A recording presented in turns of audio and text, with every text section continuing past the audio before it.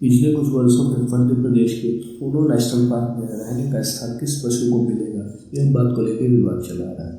यह national park पहले Asiatic lion के लिए चुना गया था, पर अब इसमें अफ्रीकन चीता की भी एंट्री हो चुकी है। स्वागत है दोस्तों मेरा इसमें यूट्यूब चैनल एक्सप्लेन में, जहाँ पर हम इस कहानी को पूरी विस्तार से समझेंगे। इस चैनल में हम न्यूज़ में आने वाली कई घटनाओं का डिटेल में स्टडी करते हैं।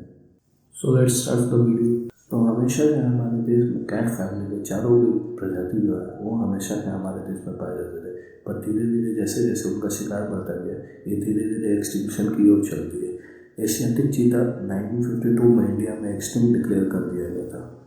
बाकी टाइगर और लायन की कंजर्वेशन के प्रोग्राम हमने बाद में स्टार्ट कर दिए, पर चीता तो बचा ही नहीं था। तो इसलिए चीता को रीइंट्रोड्यूस करने के लिए अफ्रीकन चीता को सदर्न अफ्रीकन कंट्रीज से इंडिया लाया जाएगा और यहाँ इंट्रोड्यूस कर दिया जाएगा।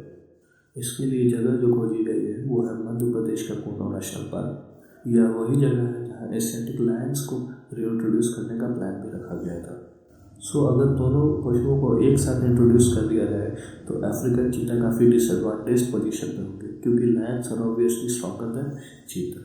अफ्रीकन चीता को इसलिए चुना गया क्योंकि वो एशियाटिक चीता जो कि इंडिया में पाए जाते थे उससे जेनेटिकली बहुत सिमिलर है। इंडिया के म्यूजियम्स में जो एशियाटिक चीता के स्किल्स रखे हुए हैं उन स्किल को अफ्रीकन चीता के डीएनए से मैच किया गया तो पाया गया कि दोनों में काफ़ी जेनेटिक सिमिलरिटी है, इसलिए अफ्रीकन चीता का यहाँ पे सर्वाइव करेगा बहुत ज़्यादा चांसेस है। अब एशियाटिक लायन को क्यों यहाँ पे इंट्रोड्यूस किया जा रहा है? एशियाटिक लायन सिर्फ और सिर्फ गुजरात के गिर फॉरेस्ट में पाए जाते हैं। उनका रिलोकेशन करना इसलिए जरूरी है क्योंकि सिर्फ एक लोकेशन में होने की वजह से उनमें सिर्फ इनब्रीडिंग हो रहा है और जेनेटिक वेरिएशन बहुत कम हो रहा है। इससे रिस्क ये है यदि कोई बीमारी वायरस कोई भी अटैक करता है तो सभी लायंस के एक्सटिंक्ट होने का डर है। फॉर एग्जाम्पल 2 साल पहले कैनाइन डिस्टेंपर वायरस ने अटैक किया था तो डजन्स ऑफ लायंस की डेथ हो गई थी। इसके अलावा यदि कोई मेजर नेचुरल कैलामिटी आ जाती है सारे के सारे लायन के एक्सटिंक्ट होने का पूरा चांसेस है।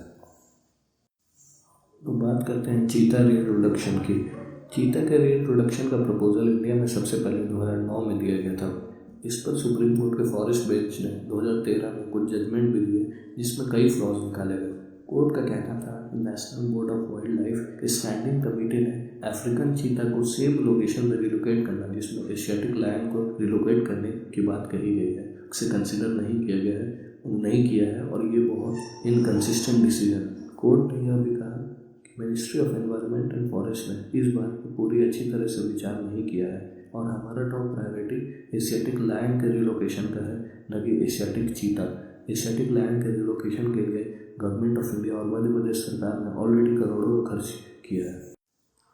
बट कई बार हमारे यहाँ कंजर्वेशन प्रैक्टिसेस जो है वो कुछ लॉज को भी वायलेट कर देते हैं और कुछ साइंटिफिक कंजर्वेशन प्रैक्टिसेस को भी। सुप्रीम कोर्ट के 2013 के जजमेंट के 9 साल बाद न तो लायंस का रिलोकेशन हुआ है न तो चीता के रिलोकेशन का प्लान स्टॉप हुआ है। इसके अलावा गुजरात की सरकार ने अपनी बात रखी।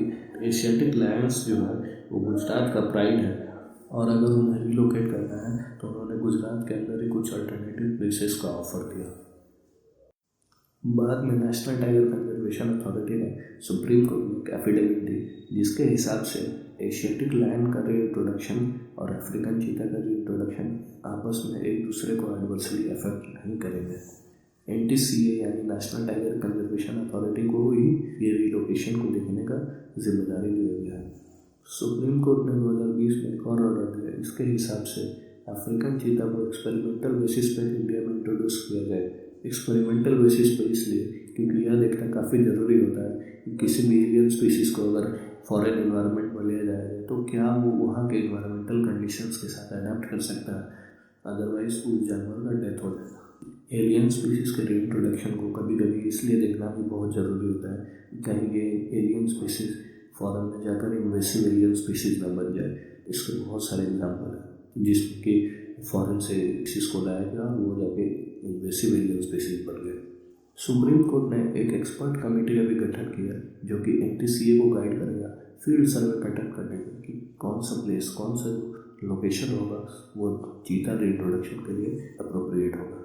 इस प्रकार का जो एक कंट्रोल्ड एनवायरनमेंट में रिलीज़ होता है इसे कोल्ड रिलीज़ कहते हैं। इसके अलावा एक और रिलीज़ होता है जिसमें कि एनिमल्स को फॉरेन एनवायरनमेंट से ला के डायरेक्टली ओपन में रिलीज़ कर दिया जाता है। इस प्रकार के रिलीज़ को हॉट रिलीज़ कहते हैं। सुप्रीम कोर्ट के इस जजमेंट के बाद wild life institute of India, Rajasthan और मध्य प्रदेश के फॉरेस्ट डिपार्टमेंट, इन सभी ने मिलकर एक टेक्निकल रिपोर्ट दिया जनवरी 2021 में। इस टेक्निकल रिपोर्ट के हिसाब से उन्होंने 6 साइट का नाम दिया जहाँ पे चीता को रिलोकेट किया जा सकता है। इन साइट्स का नाम है Mukundra hills tiger reserve, Shergarh wildlife sanctuary, Gandhi Sagar wildlife sanctuary, Kuno national park, Madhav national park, Nauradehi wildlife sanctuary. इस रिपोर्ट की प्रॉब्लम ये थी कि 12 दिन के अंदर फील्ड असेसमेंट कंप्लीट किया गया था और ये फील्ड असेसमेंट 6 साइट्स के ऊपर कंप्लीट किया गया था। कुछ साइट्स को 1 दिन से भी कम समय दिया गया। Ministry of environment, forest and climate change के अभी के नोटिस के हिसाब से चीता इंट्रोडक्शन अभी किया जाएगा नेशनल पार्क में, और जब चीता अगले 10-15 साल में अपने आप को इस्टेब्लिश कर लेता है तब वहाँ पे लायंस को इंट्रोड्यूस किया जाएगा। इससे चीता के पॉपुलेशन को कोई खतरा नहीं होगा क्योंकि वो ऑलरेडी उस जगह पे रिस्टैब्लिश हो चुका है।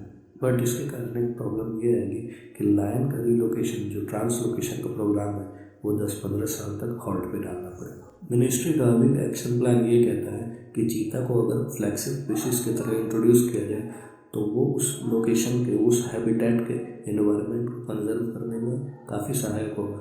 ऑब्जेक्टिव बहुत अच्छा है, बहुत नोबल ऑब्जेक्टिव है, लेकिन सिर्फ अगर एनवायरनमेंट कंजर्वेशन की बात है तो इससे कम समय में और काफ़ी सस्ते तरीक़ों से भी किया जा सकता है।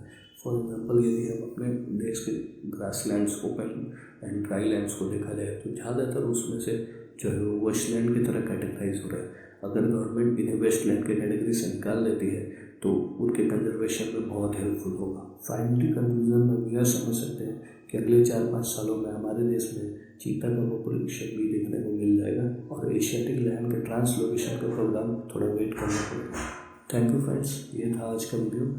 इसी तरह न्यूज़ की एक्सप्लेन वीडियो के लिए हमारे चैनल को लाइक, सब्सक्राइब और शेयर जरूर करें। Thank you so much.